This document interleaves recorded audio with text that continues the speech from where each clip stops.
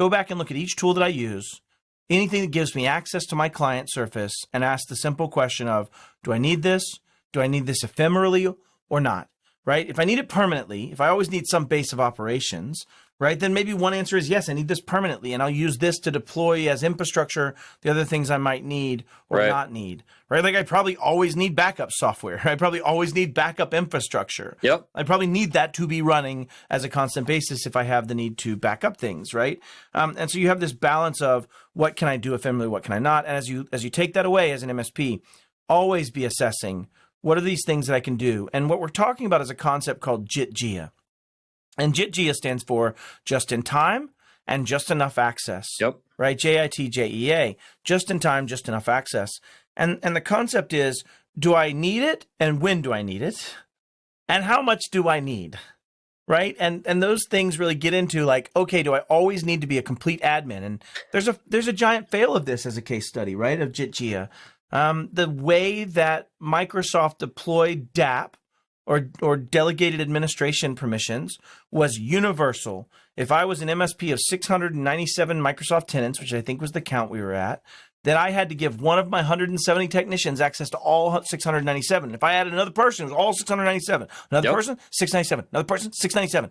The problem was that meant that I did give way more access than was needed because they only needed to access this one tenant.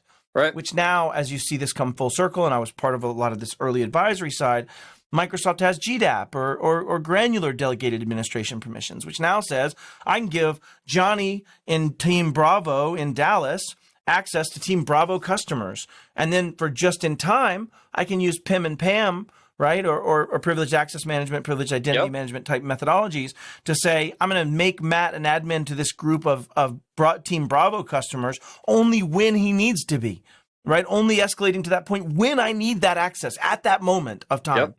So JIT-GIA as a concept is an extensibility of principle of least privilege, which is trying to give people only the things they need to do their job. Now we're saying only the things and only at that right time. Now as a threat actor, I actually have to target you not only contextually correct, meaning I need to be the right person and persona that has access to this. Right.